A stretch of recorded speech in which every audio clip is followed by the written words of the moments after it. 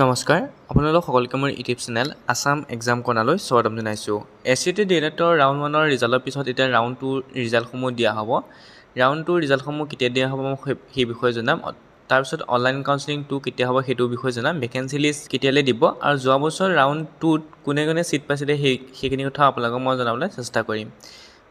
আপোনালোকৰ এই বছৰৰ আপোনালোকৰ যি ৰাউণ্ড 1ৰ ৰিজাল্ট আছিলে 4 তাৰিখে দি গ'ল। 5 আৰু 7 তাৰিখৰ ভিতৰত আপোনালোকৰ এডমিশ্যনখিনি হ'ল। তাৰপিছত যি আপোনালোকৰ ভেকেঞ্চি লিষ্ট আছে সেইখন আপোনালোকক অহাকালিলৈ অৰ্থাৎ 9 তাৰিখে দিয়া হ'ব। তাৰপিছত ৰাউণ্ড 2 ৰিজাল্টখিনি আপোনালোকৰ 11 তাৰিখে অৰ্থাৎ সোমবাৰে আপোনালোকক দিয়া হ'ব। সোমবাৰে ৰাউণ্ড 2 ৰিজাল্টো দিয়া হ'ব, লগতে কাট অফ মাৰ্কখনো দিয়া হ'ব।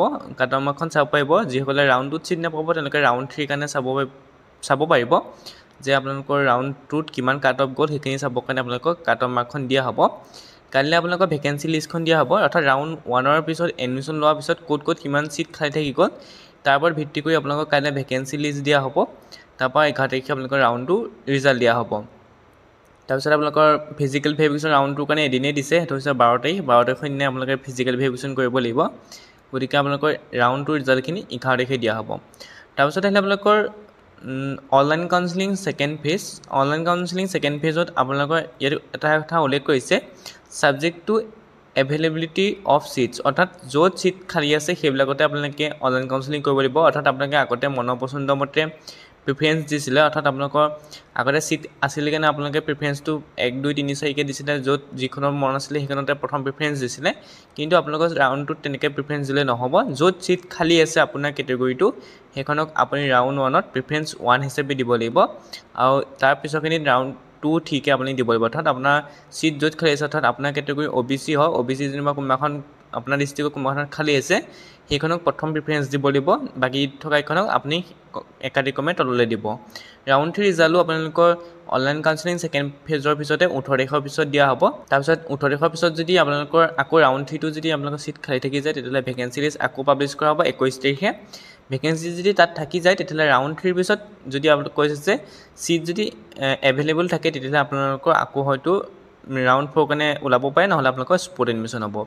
যোৱা বছৰ যদি আপোনালোকে ৰাউণ্ড 1ৰ পিছত যিখন ৰাউণ্ড 2 ৰিজাল্টৰ যদি কাট অফখন চাই, অৰ্থাৎ কোনে ছিট পাইছিলে, ইয়াত আপোনালোকে চাব পাৰে বৰপেটা ডিষ্ট্ৰিক্টত এইবুলি অলপ কাট অফটো হাইও গৈছে। আপোনালোকে হয়তো দেখিছে কাট অফ লিষ্টখন, এইবুলি যোৱা বছৰতকৈ এইবুলি অলপ হাই কাট অফ গৈছে। কিন্তু আপোনালোকে তথাপিও চাব পাৰে প্ৰতিটো ডিষ্ট্ৰিক্টত। মই আপোনালোকক ইয়াত আপোনালোকৰ ভিডিঅ'টো পষ্ট কৰি নিজৰ ডিষ্ট্ৰিক্ট চাই ল'ব পাৰে। ক'ৰবাত কোনোবা 9 পায়ো ছিট পাইছে, কোনোবাই হাই নম্বৰ পায়ো ছিট পোৱা নাই, অৰ্থাৎ বেছি নম্বৰ পায়ো ছিট পোৱা নাই। ইয়াত চাব কাছাৰ ডিষ্ট্ৰিক্টত ST প্লেনৰ এজন কেণ্ডিডেটে 9 পায়ো আপোনালোকৰ ছিট পাই গৈছে। তাৰপিছত আপোনালোকৰ ক'ৰবাত 20, 22 তেনেকৈ ছিট পাইছে। দৰঙতো আপোনালোকে চাব পাৰে, দৰঙতো যোৱা বছৰ অলপ হাই কাট অফহে গৈছিলে, এইবুলিও তেনেকৈ আপোনালোকৰ হ'ব। তাৰপিছত ধেমাজি ডিষ্ট্ৰিক্টত যিখিনি আপোনালোকে হাই ফেন দেখিছে তাত আপোনালোকৰ ছিট অলৰেডি ফিল হৈ গৈছে। তাৰপৰা ধুবুৰী ডিষ্ট্ৰিক্টত দেখিছে 12 পায়ো আপোনালোকৰ ছিট পাই গৈছে, 12 পাইছে। তাৰপিছত আহিলে ডিব্ৰুগড়ত আপোনালোকৰ অলপ কাট অফটো হাই গৈছিলে ৰাউণ্ড 2টো। তাৰপৰা ডিমা হাছাওত মই আগতেও কৈছোঁ যে ডিমা হাছাওত ল' কাট অফ যায়। ইয়াত আপোনালোকৰ আন ৰিজাৰ্ভতো 26 পায়ো ছিট পাইছে, 27 পায়ো ছিট পাইছে। তাৰপৰা আহিলে গোৱালপাৰা ডিষ্ট্ৰিক্টতো একেই 30-40ৰ ভিতৰতে আপোনালোকৰ আছে। তাৰপৰা গোলাঘাট ডিষ্ট্ৰিক্টতো আন ৰিজাৰ্ভৰ ক্ষেত্ৰত 46, 43লৈকে কাট অফ গৈছে। তাৰপৰা হাইলাকান্দি ডিষ্ট্ৰিক্টত আপোনালোকৰ 21 পায়ো ছিট পাইছে PWD সকলে, আৰু তাৰপিছত ST হিলছে 10 পায়ো ছিট পাইছে। তিনিচুকীয়াত ৰাউণ্ড 2লৈ ছিট নাথাকিলে ফিল আপেই হৈছিলে। যোৰহাটতো তেনেকৈ আপোনালোকৰ ফিল আপেই হৈ গৈছিলে ৰাউণ্ড 2লৈ, মাত্ৰ কেইটামান ছিট খালী আছিলে। ইয়াত আপোনালোকে ৰেংকখিনি চালে গম পাব কিমানলৈকে ৰেংক দিছিলে। মাজুলী ডিষ্ট্ৰিক্টতো একেই, ছিট যিহেতু মাজুলী ডিষ্ট্ৰিক্টত কম আছে, অৰ্থাৎ এখনেই আছে, সেইকাৰণে তাতো আপোনালোকৰ ছিট ফিল আপেই হৈ গৈছিলে।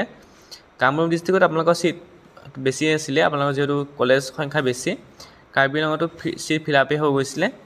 তাৰপিছত আহিলে আপোনালোকৰ শ্ৰীভূমি অৰ্থাৎ কৰিমগঞ্জ ডিষ্ট্ৰিক্টতো আপোনালোকৰ তেনেকৈ পাইছিলে, যিহেতু ইয়াতো 3-4খন আছে কলেজ।